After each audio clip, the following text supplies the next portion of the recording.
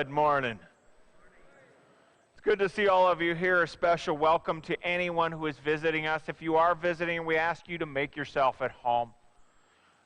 We do also ask one quick favor if you're visiting. If you could reach in your pews, on the ends there's a visitor card, and if you fill it out and put it in the offering plate, it's a way for us to thank you for coming and recognize that you're here.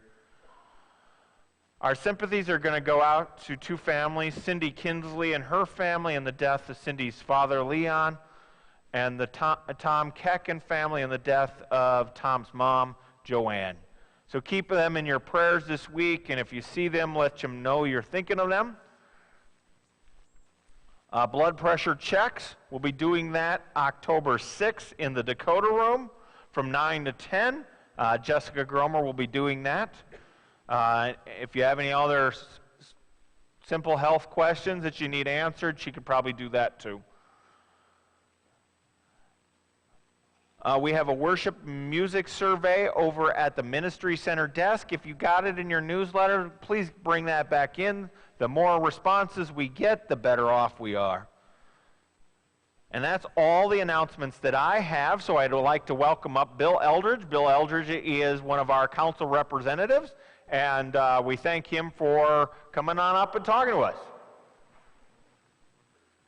And he made me laugh first service, so I hope he made you too.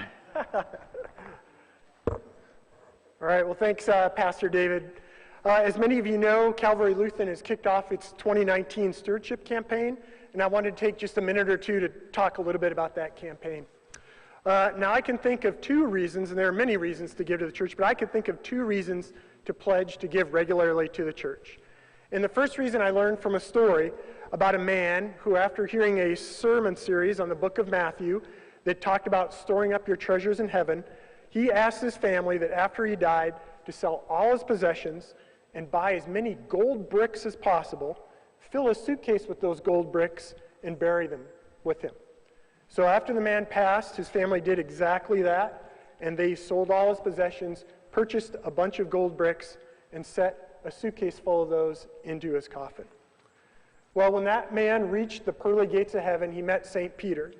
And St. Peter said, "Hey, what's in the suitcase?" And the man proudly opened his suitcase and showed him all the gold bricks. And St. Peter smiled and said, "Oh, wonderful, I see you brought street pavement."